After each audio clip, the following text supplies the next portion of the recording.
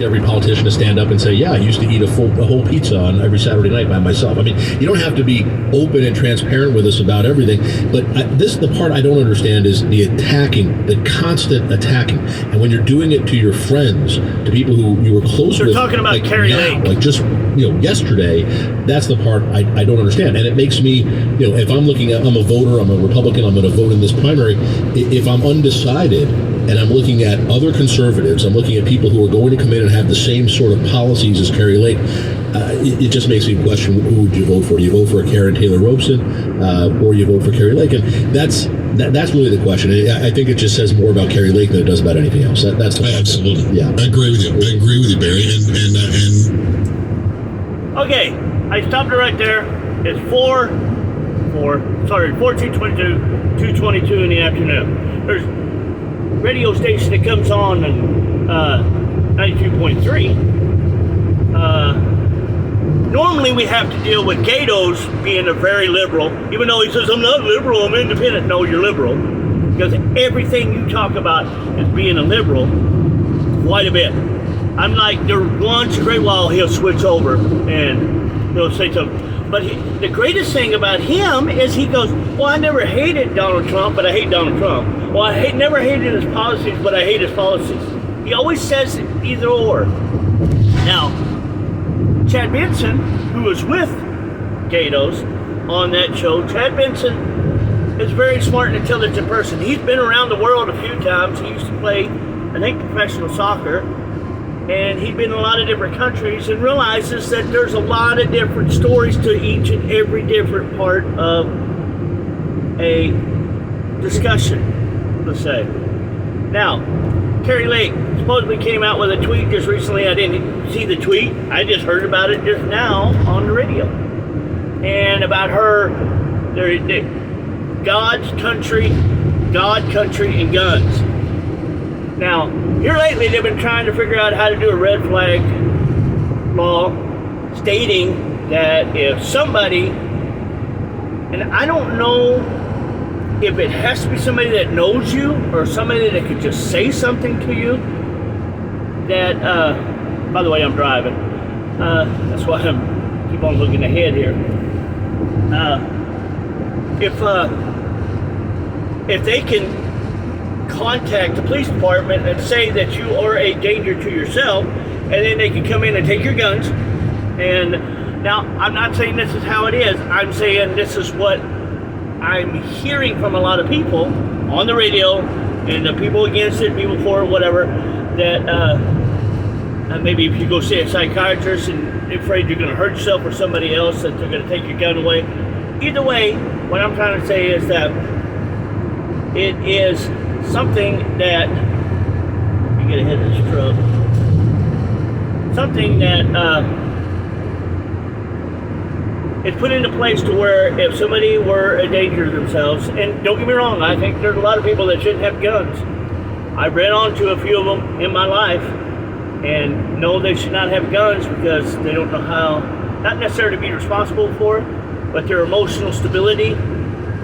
And I'm not saying that it's because they're young or old. I'm saying that they're not quite right. Anyway, you should not have a gun. Now, should we make an assumption and say this person, even with psychiatrists and psychology today, they're learning every single day for years and years of how the human brain works.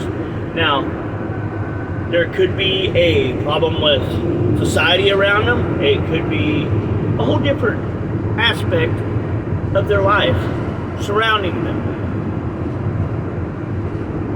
But the reason the Second Amendment was put in place is to protect yourself.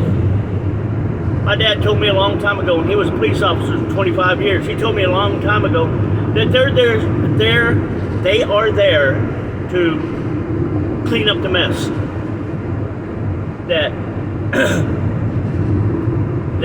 the police department rarely ever catches somebody doing something before they really get to doing it. Like catch somebody before they kill somebody, or catch somebody before they rob a bank, or catch somebody. It rarely ever happens. And that's just by luck a lot of times. They're there to clean up the mess. So you need to be able to protect yourself. And the only way to truly protect yourself is with the Second Amendment. Now, like I said, I don't think everybody should have guns, but the majority of people in this country should have guns. Because I do believe a majority of them do have the right intent to protect themselves or protect others if possible. Now, saying that, they're going after saying that the left doesn't want to take your guns. Bullshit, they do. They want to do it with the red flag law. They want to do it with limited magazines. They want to do it with this, that, and other thing. And if you're against me, that's fine. I understand. That's great. You can do whatever you want to. But I'm going to protect myself if I have to. Now, I don't carry a gun. I used to shoot guns a long time ago. Still shoot guns periodically. But most of that was target practice. I got pretty efficient at it. I could have a video of me shooting an airsoft gun at little targets, and I was knocking down one right after another, one right after another. I'm not saying that shooting an airsoft is anything like shooting a regular pistol, or rifle, but I was very accurate with that, so I'm pretty damn accurate with a rifle in tow. Now, granted, the airsoft gun was only like 20 yards away, maybe less than that, maybe 10 yards away. But that's pretty good distance, dropping a bullet and hitting the same little small target, a little bitty target. Usually, most of them are only like 1.5 inches, 2 inches wide. So, anyway, so that's beside the point. I'm a pretty good shot. I shot 396 out of 300, or 296 out of 300 when I last qualified for a gun. Now, granted, that was a long time ago, but I'm very proficient with a gun. I was considered an expert. But anyway,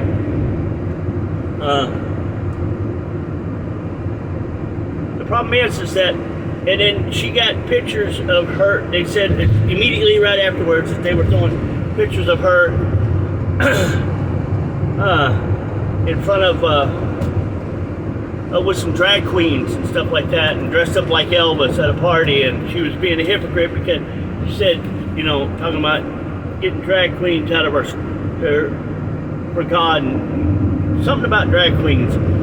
The problem that they're having is there's a video surfer singer running around the internet stating that they had at a school drag queens acting like they were strippers at a school. Now, maybe not on school property, but as a school function. Bring your kid to a stripper day or something. That could be just foreshadowed. I could be being facetious, but in general, that's how the video went.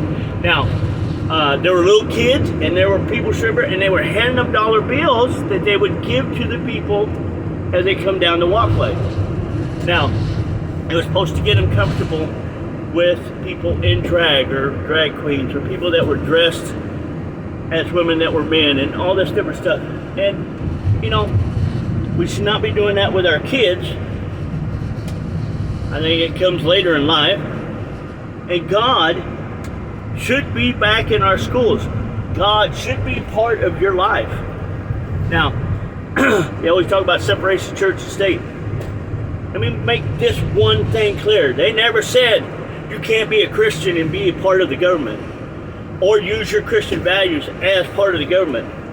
What they were trying to say is that our country should not and will not create a state church like the Church of England. Now, back in the days of England, before our country became a state, or before our country became a country, when it was just the colonies, England, their main goal in life was to the Church of England and or Catholicism. And you went to church whether you wanted to or not. Now, if you were poor, there would have been a little different story. But anyway, what I'm trying to say is that all this stuff, I'm at where I need to be at. All this stuff, I'm trying to point out, she's not backstabbing. or back pacing. She's just saying keep it out of our schools. And I'm all for that. How about you? Brittany Cowboy. And I'm going to do another video. Because I'll talk about it later. Brittany Cowboy. Remember, try to be good to your neighbors. Or try to be good to yourself. Be good, trying to be good to your neighbors. Got you have some Brahms ice cream. Or get you soda at the local Circle K. I don't know.